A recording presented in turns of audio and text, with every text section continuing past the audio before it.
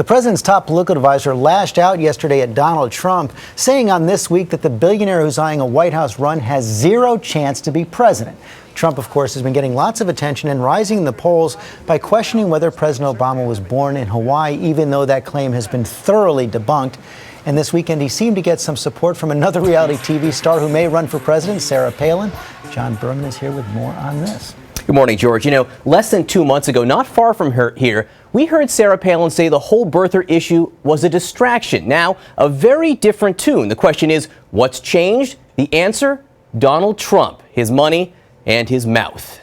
My kindergarten. Donald Trump was on TV again with his relentless round-the-clock questioning of President Obama's birth records. People are trying to figure out why isn't he giving his birth certificate. And now his efforts seem to have won a partial convert, namely Sarah Palin on Fox News. I appreciate that the Donald wants to spend his resources in getting to the bottom of something that it so interests him and many Americans. But rewind just 2 months. In February, this was her response when asked if she thought it was worth questioning the president's citizenship.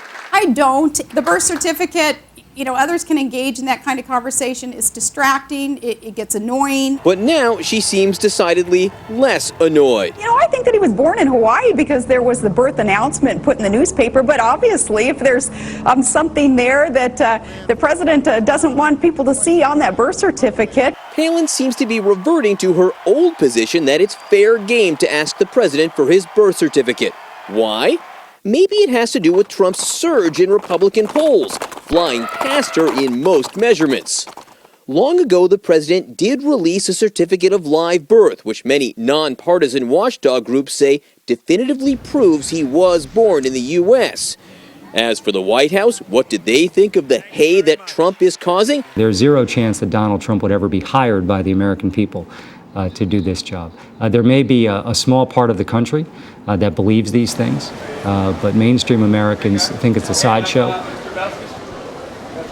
You know, that's actually more than we've heard the White House say about this issue in a long, long time. They do not like talking about it. The reason they say they feel there are people in this country they will not be able to convince no matter what, George. No, that's right. They hate talking about this. On the other hand, John, I think they love the idea that Donald Trump now is driving the Republican fields. They don't mind talking about Donald Trump. And the others are reacting to him in that primary field. Oh, you saw Sarah Palin. You brought it to us. Thanks very much.